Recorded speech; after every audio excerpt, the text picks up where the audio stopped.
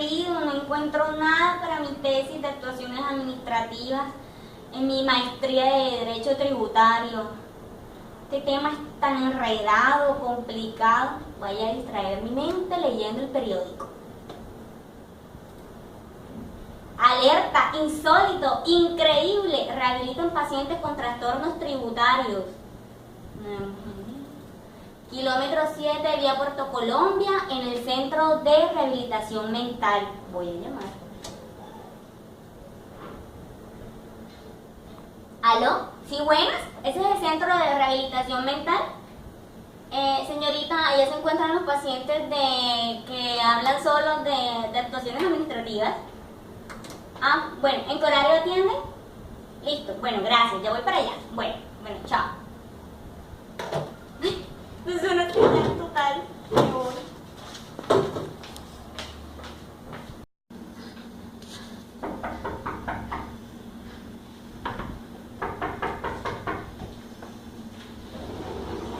Bueno, Hola. esta es la oficina del doctor Paul Sotomayor. Sí, señora, mucho gusto. Hola, Yasmin Cabarca de la Universidad AB. Siéntese. ¿Qué le podemos servir? Ay, mire, lo que pasa es que yo estaba leyendo en el periódico de que aquí se presentaban por unos casitos de unas personas que están como alocadas y hablan locuras, y pues yo estoy interesada en eso porque yo estoy haciendo una maestría de Derecho Tributario y tengo que presentar mi tesis en actuaciones administrativas. Entonces yo solamente sé que es el conjunto de decisiones y operaciones que provienen de las autoridades públicas cuando nosotros los administrados, personas naturales o jurídicas, nos han sido vulnerados los derechos e intereses que legalmente tenemos reconocidos.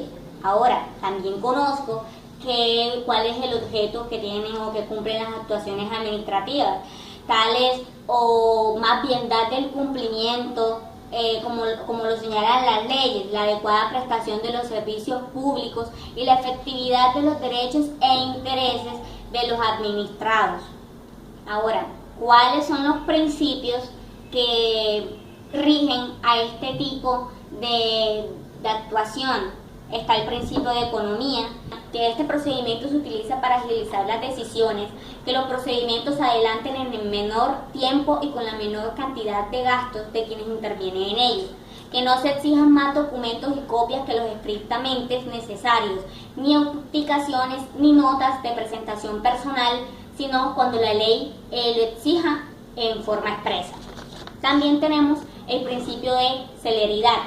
Este procedimiento se supriman los trámites innecesarios, utilizarán formularios para actuaciones en serie cuando la naturaleza de ellas pues los haga posible y sin que ello releve a las autoridades de la obligación de considerar todos los argumentos y pruebas de los interesados. En retardo, este va a generar sanciones disciplinarias. También tenemos el principio de eficacia. Se tendrá en cuenta que los procedimientos deben lograr su finalidad, removiendo de oficio los obstáculos puramente formales y evitando decisiones inhibitorias. También tenemos el principio de imparcialidad. Las autoridades deberán actuar teniendo en cuenta que la finalidad de los procedimientos consiste en asegurar y garantizar los derechos de todas las personas sin ningún género de discriminación. Está el principio de publicidad, en donde las autoridades darán a conocer todas las decisiones mediante las comunicaciones, notificaciones o publicaciones que ordenan este código y la ley. También tenemos el principio de responsabilidad. Se le proviene que su desconocimiento permitirá el cuestionamiento de su gestión y aún el compromiso de sus responsabilidades por emisión o extralimitación de sus funciones. Y por último tenemos el principio de legalidad, que consiste en la sumisión del acto administrativo a la ley. Es obligatorio que el acto esté sujeto a la ley. Artículo 66 del Código Contencioso Administrativo. Entonces, todo acto, toda actuación administrativa debe estar regulada y contemplada en la ley. Es una limitación a la actividad de la administración, lo que quiere decir que ella no puede hacer todo lo que crea, sino lo que la ley le permita. Y bueno, eso es todo lo que sé por ahora, doctor Paul. No sé en qué me puede ayudar usted. Bueno, Yasmín, pero tienes unos conceptos bastante amplios. Yo te puedo profundizar un poco en lo que es el debido proceso, las características y la fase. Y luego te voy a presentar a nuestros 3 casos típicos que manejan bastante lo que es la actuación administrativa para que hagas tu proyecto. No sé si quieras escucharme y luego te llevo allá donde están. En el debido proceso en las actuaciones administrativas, una de las notas más destacadas de la Constitución Política de 1991 es la extensión de las garantías propias del debido proceso de las actuaciones administrativas. Ello demuestra la intención constituyente de establecer un orden normativo en el que el ejercicio de las funciones públicas se encuentra sujeto a límites destinados a asegurar la eficacia y la protección de las personas mediante el respeto por sus derechos fundamentales. Así entendido, el debido proceso hace referencia al comportamiento que deben observar las autoridades públicas en el ejercicio de sus funciones, en cuanto a éstas se encuentran obligadas a actuar conforme a los procedimientos previamente establecidos en la ley, así con el fin de garantizar los derechos que quienes puedan resultar afectados por las decisiones de la administración que crean, modifican o extinguen un derecho o imponen una obligación a su sanción. Es en el lado del debido proceso. En las características de las actuaciones administrativas, los funcionarios deben tener en cuenta que la actuación administrativa tiene por objeto el cumplimiento de los cometidos estatales, la adecuada prestación de los servicios públicos, la efectividad, los derechos e intereses de los administradores reconocidos por la ley. En segunda instancia, tenemos las actuaciones administrativas se cumplirán dentro de los plazos señalados en las normas que las rigen. El retardo injustificado permitirá al interesado quejarse ante el respectivo superior. En tercera instancia, las actuaciones administrativas de nivel nacional, departamental y municipal se cumplirán conforme a los siguientes principios. En primera instancia tenemos la audiencia de las partes. En segunda instancia, la enumeración de los medios de prueba que puedan ser utilizados en el procedimiento y la necesidad por lo menos sumaria de motivar los actos que afecten a particulares. Por otra parte, las actuaciones administrativas son públicas salvo las taxativas excepciones que establezca la Constitución y la ley. Y por último, los actos administrativos son fáciles de identificar gracias a 2 fases que le preceden. Para que las tengas muy en cuenta sería la fase constitutiva, que es el conjunto de pasos regulados por la ley, concurrentes con la finalidad de preparación de los actos administrativos. Y por otra parte se encuentra la fase impugnativa, que es aquella que cumple con la interposición y sustentación de recursos procedentes. Bueno, Yasmín, estos serían los temas que pues más o menos tengo conocimiento. Ahora me gustaría que me acompañen donde mis pacientes para que les haga las preguntas respectivas que tengas acerca del tema. Muchas gracias. Entonces, bueno, vamos a dirigirnos hacia donde los pacientes. Adelante. Gracias.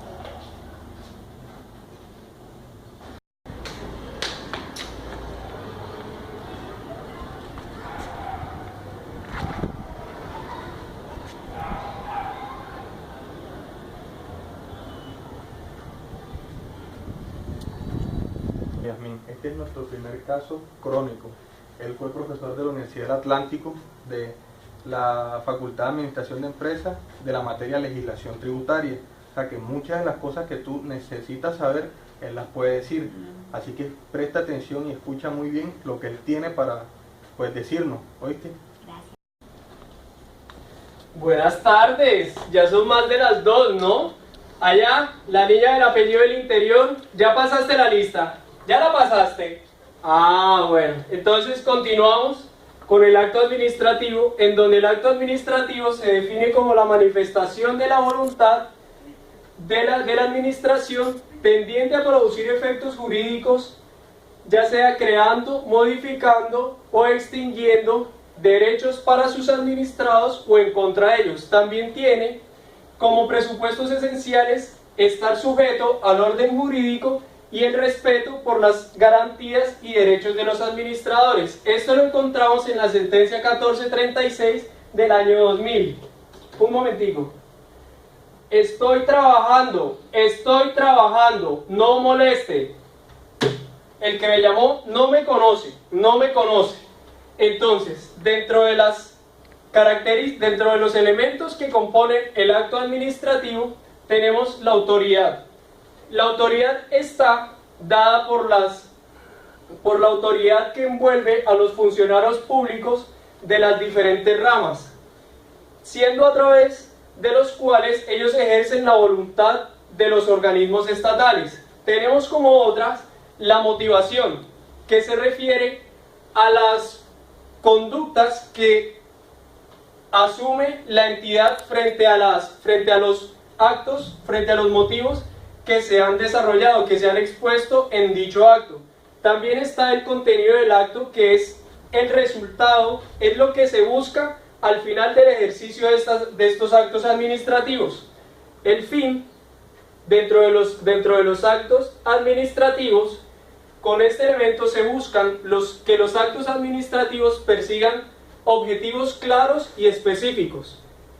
La niña ya, la de las puñaladas, me está entendiendo. Entonces, por último, dentro de los elementos tenemos la forma, que son los requisitos y solemnidades dispuestas por la ley para que estos actos administrativos tengan validez en nuestras jurisdicciones. Los factores que intervienen dentro de la elaboración de los actos administrativos son el autor del acto, o sea, quien se mueve, quien se motiva a realizar los actos administrativos. El órgano es la entidad que expide el acto, y el funcionario del Estado que toma la decisión es el que está mostrando la voluntad, está expresando la voluntad del Estado frente a esa situación específica. Y por último, los actos administrativos los encontramos según su origen, clasificados según su origen. Esta nos dice que podemos encontrar actos simples que provienen de una sola entidad del Estado. Están los actos complejos que provienen de dos o más organizaciones del Estado. Su forma, la forma está expresa en donde se enuncia de forma clara qué es lo que busca o qué es lo que persigue el acto administrativo con esto. Y están los presuntos, que son cuando no hay una respuesta oportuna o no, simplemente no hay una respuesta por parte de la entidad y se asume ese silencio como una respuesta positiva. Los efectos también encontramos los actos favorables, que son los que crean una nueva situación jurídica para los derechos de los administrados. Y el otro efecto, que son los desfavorables, que son solamente los que están expresando una situación jurídica, no crean ni modifican ninguna otra. También tenemos los destinatarios. En la clasificación por destinatarios encontramos cuando el acto se dirige solamente a una persona o si se nos dirige a todo el grupo de legislación tributaria que nos encontramos presentes el día de hoy. Y finalmente, los actos administrativos quedan en firme cuando contra estos actos no procede ningún otro recurso legal, cuando los recursos interpuestos se hayan decidido de una buena vez y cuando no se interpongan recursos o se renuncie expresamente a ellos. Yo les voy a montar un foro sobre desarrollo y creación de empresa para que ustedes me participen ahí. Espero que participen rápido porque ustedes son como unos fantasmas. Yo los veo pero no los veo, así que espero su participación en este foro. O yo, niña, ya la niña de las puñaladas, la niña esta, bueno, ahí.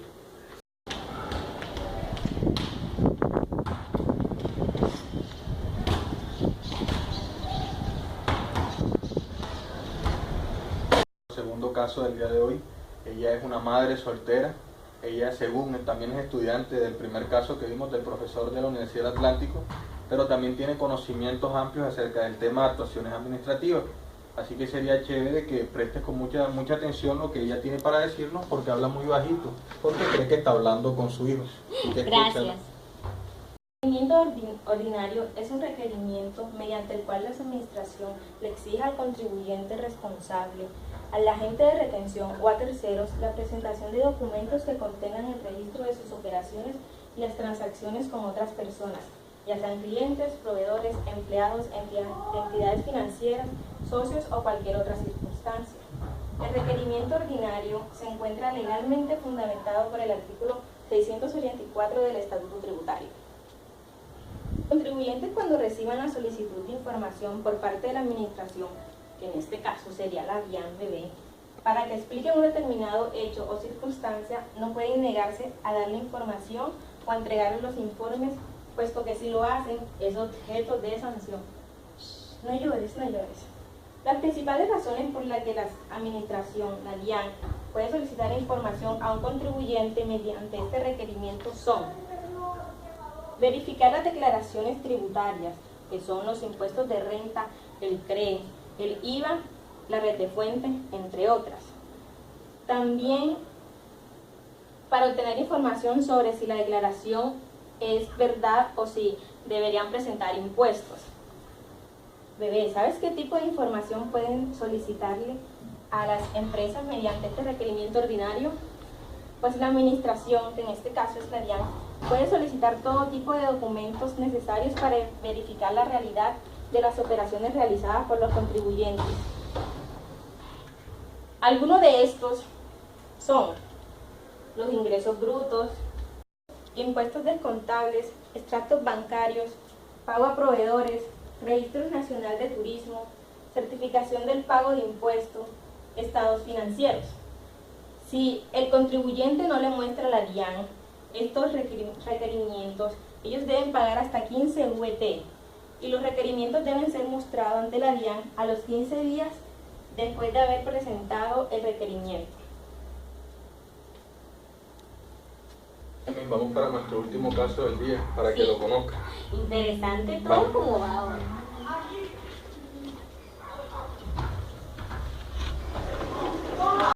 Y último caso, el más especial que hay. Él fue un estudiante de la Universidad del Atlántico del programa de Administración de Empresas, pero perdió la materia de legislación tributaria y de ahí se enloqueció, por así decirlo, estudiando tanto que ahora maneja mucho el tema. Entonces, si quieres, siéntate de acá de este ladito para que él te explique lo que él conoce del tema. No me digas mucho, no me Siéntate. quiero convertir así.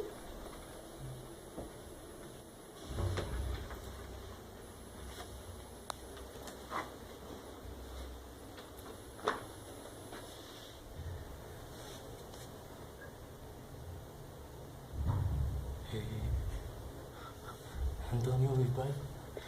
¿Tú conoces a Antonio Bisbal? Sí. Él es profesor de tributaria. No, profe, no. No, yo no quiero, no, profe, no. Usted... Yo estudio, profe. Yo no duermo. Pero usted me pone el 5, profe, sí. Yo no quiero perder la materia, profe, no. Yo le digo cuáles son los requerimientos especiales. Sí, ese requerimiento que usted me decía, ese acto administrativo, es uno que prefiere la DIAN. Ese presenta una glosa que considera que el contribuyente debe corregir todas las inconsistencias que presuntamente ha cometido al elaborar o presentar su declaración. Sí, ese es verdad, profe.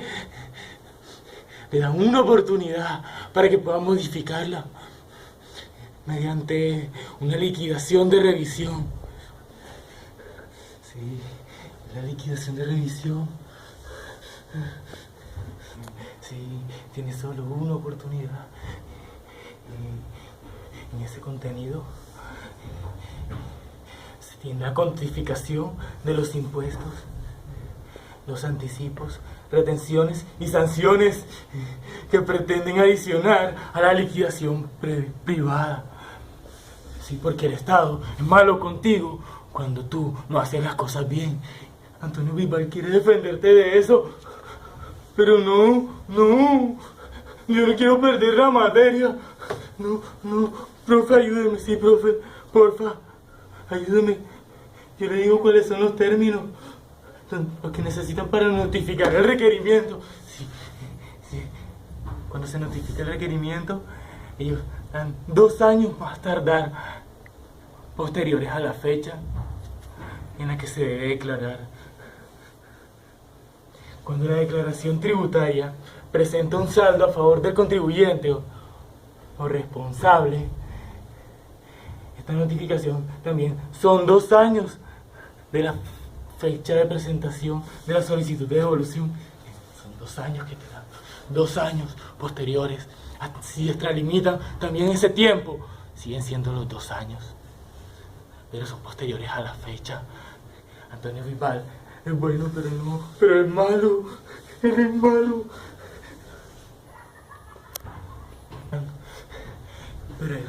Pero tú tienes un tiempo para responder. Tú puedes responder en solo 3 meses, contados a partir de la fecha de la notificación del requerimiento especial. El contribuyente, el agente retenedor o el declarante deberá formular. Sí, debe formular por escrito sus objeciones, solicitar pruebas, subsanar las omisiones que permita la ley, solicitar la administración de alguien al proceso de documento que reposen en sus archivos, así como la práctica de inspecciones tributarias, siempre y cuando tales solicitudes sean contundentes, en caso del cual éstas deban de ser atendidas. Si no respondes dentro de esos 3 meses, tienes un periodo de ampliación para ese requerimiento. Sí. Los funcionarios que conozcan de la respuesta al requerimiento especial podrán, dentro de los 3 meses siguientes a la fecha de vencimiento del plazo para responderlo, ordenar su ampliación por solo una vez más. No te pases, solo una vez más, y decretar pruebas que estimen necesarias.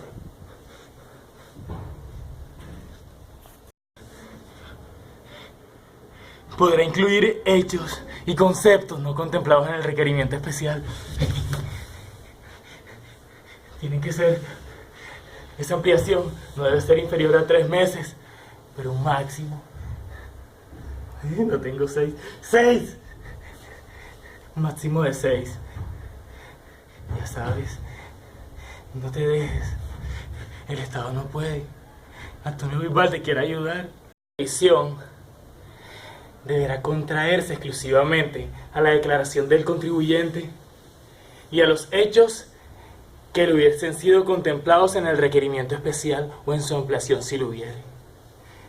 El contenido de la liquidación debe ser de la fecha, es muy importante, el periodo gravable, el nombre o la razón social, el número de identificación del tributante, la base de cuantificación del tributo y el monto de los tributos y sanciones a cargo del contribuyente. La explicación sumaria de las modificaciones efectuadas en lo concerniente a la declaración y la firma y sello del control, el manual automatizado.